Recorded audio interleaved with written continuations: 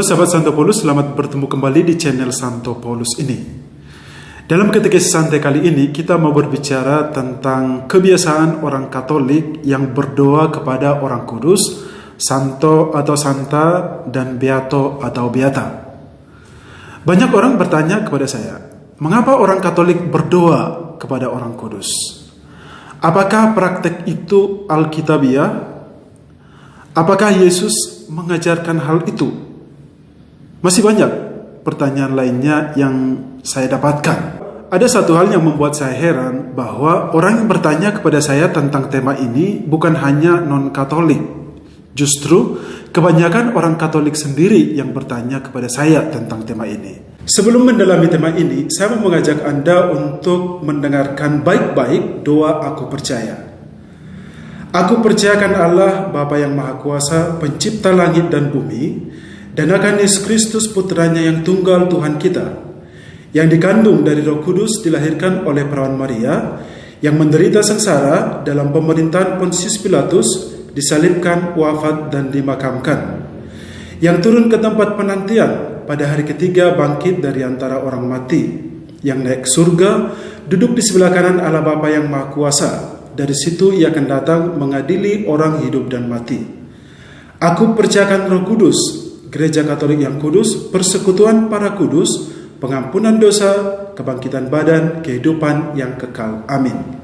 Nah, di bait terakhir doa aku percaya ini ada kalimat yang mengatakan, aku percayakan Roh Kudus, Gereja Katolik yang kudus, persekutuan para kudus.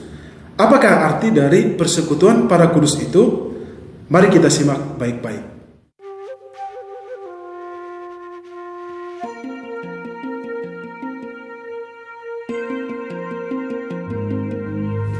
Persekutuan para kudus dalam bahasa Latin Communio Sanctorum, atau disebut juga dengan istilah persekutuan orang-orang kudus, merujuk kepada semua anggota gereja atau semua orang yang percaya kepada Kristus, baik yang sudah meninggal maupun yang masih hidup di dunia ini. Yang meninggal ini adalah mereka yang berada di surga dan juga mereka yang masih berada di api penyucian. Kita yang masih hidup di dunia ini juga termasuk dalam persekutuan para kudus itu. Sebab dalam Kristus itu kita semua adalah satu keluarga. Dan kita juga disebut sebagai anak-anak Allah. Persekutuan para kudus ini disebut juga dengan istilah tubuh misteri Kristus. Seperti yang dikatakan dalam 1 Korintus 10 ayat 16. Bukankah cawan pengucapan syukur yang atasnya kita ucapkan syukur adalah persekutuan dengan darah Kristus? Bukankah roti yang kita pecah-pecahkan adalah persekutuan dengan tubuh Kristus? Pengajaran tentang persekutuan para kudus ini juga ditekankan dalam Katekismus Gereja Katolik nomor 957 yang berbunyi, kita merayakan kenangan para penghuni surga bukan hanya karena teladan mereka, melainkan lebih supaya persatuan segenap gereja dalam roh diteguhkan dengan mengamalkan cinta kasih persaudaraan. Sebab seperti persekutuan Kristiani antara para musafir mengantarkan kita untuk mendekati Kristus, begitu pula keikutsertaan dengan para kudus menghubungkan kita dengan Kristus yang bagaikan sumber dan kepala mengalirkan segala rahmat dan kehidupan umat Allah sendiri. Lumen Gentium 50. Jadi bisa saya katakan bahwa ternyata persekutuan para kudus ini terbagi dua. Yang pertama adalah para pengikut Kristus yang masih hidup di dunia ini, yang hidup di dalam kekudusan. Dan yang kedua, persekutuan para kudus ini adalah Beato Beata atau Santo atau Santa.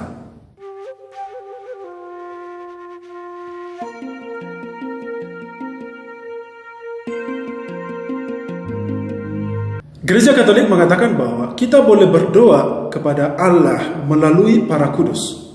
Para kudus yang dimaksud ini adalah semua orang yang masih hidup di dunia ini dan para santo atau santa, beato atau beata. Sebagai ilustrasi, seseorang mengalami masalah dalam hidupnya. Orang itu bisa saja berdoa langsung kepada Allah kan?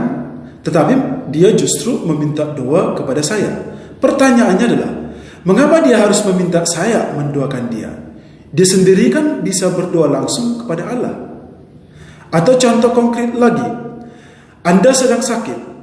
Anda pasti pernah meminta kepada orang lain atau sama Anda, aku sakit, tolong doakan aku ya. Mengapa Anda harus meminta orang lain mendoakan Anda? Anda sendiri kan bisa langsung berdoa kepada Allah. Nah, mengapa ini terjadi? Anda pasti bisa menjawabnya.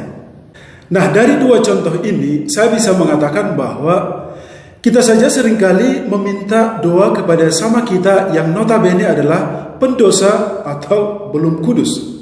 Apalagi kalau kita berdoa kepada santo-santa yang sudah kudus, pasti lebih nendang lagi kan?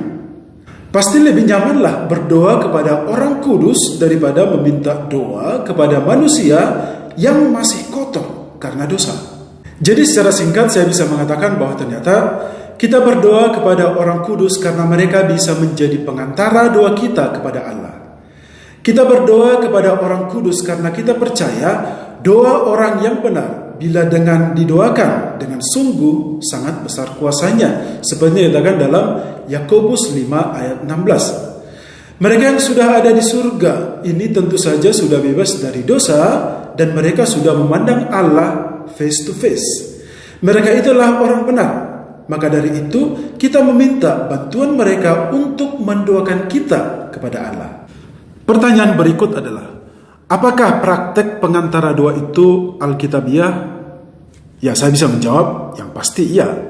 Praktek pengantara doa banyak sekali kita temukan dalam kitab suci. Contohnya, dalam perjanjian lama, Abraham berdoa untuk kepentingan penduduk kota Sodom dan Gomora.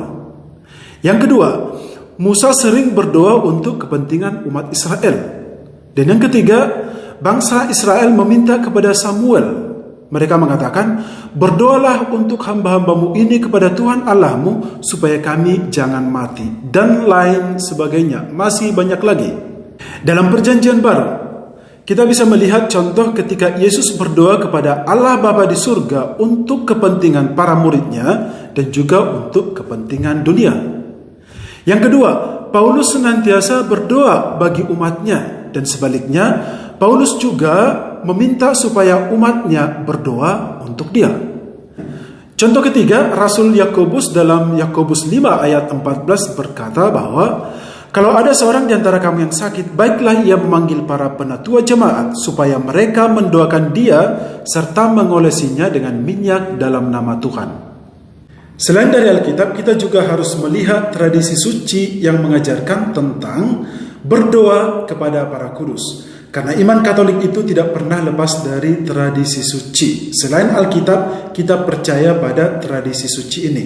Yang pertama, Santo Basilus Agung.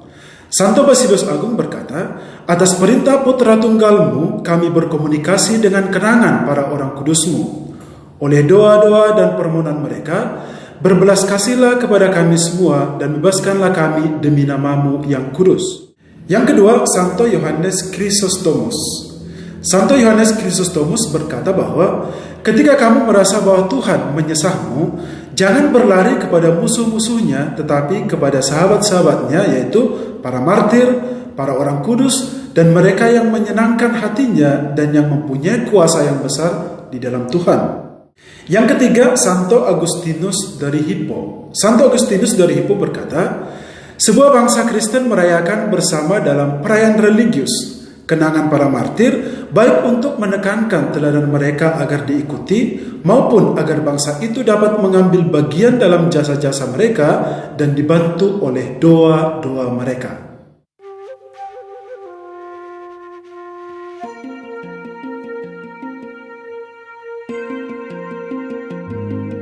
Nah, Gereja Katolik berdasarkan kitab suci mengajarkan kepada kita bahwa para kudus yang sudah meninggal tidak mati, melainkan tetap hidup. Sebab yang mati hanyalah tubuhnya, tetapi jiwa orang-orang kudus tersebut tetap hidup bersama Tuhan. Karena itulah yang dijanjikan oleh Yesus sendiri, khususnya dalam Yohanes 11 ayat 25 berkata, Akulah kebangkitan dan hidup. Barang siapa percaya kepadaku, ia akan hidup walaupun ia sudah mati. Maka mati di sini artinya adalah bukan tidak bernafas, melainkan tidak hidup lagi di dunia. Kematian akan membawa kita kepada kehidupan bersama Kristus, di mana kita akan melihat Dia dalam keadaan yang sesungguhnya dan menjadi serupa dengannya. Maka kita percaya bahwa di surga para kudus juga telah menjadi serupa dengan Kristus. Sebagai anggota tubuh Kristus yang telah berjaya di surga, para kudus itu akan melakukan juga apa yang dilakukan oleh Kristus sang kepalanya, yaitu mendoakan kita yang masih berziarah di dunia ini. Anda nanti bisa melihat doa-doa orang kudus yang tertulis dalam Wahyu 5 ayat 8 dan Wahyu 8 ayat 3 sampai 4. Satu hal yang harus kita ketahui lagi bahwa ternyata para orang kudus ini bukan saingan Kristus, melainkan rekan sekerja Kristus. Dengan demikian, mereka juga adalah sahabat-sahabat kita. Karena kita diikat oleh kasih Kristus menjadi satu tubuh. Dalam satu kesatuan tubuh Kristus ini kita percaya bahwa tidak ada suatu kuasa apapun yang mampu memisahkan kita dari kasih Allah yang ada di dalam Yesus Kristus Tuhan kita. Itu tertulis dalam Roma 8, 38 sampai 39. Oleh karena itu, kita dapat memohonkan agar mereka mendoakan kita yang masih berjarak di dunia ini, seperti kita memohon dukungan doa dari sama umat beriman yang juga masih hidup di dunia ini, saling mendoakan.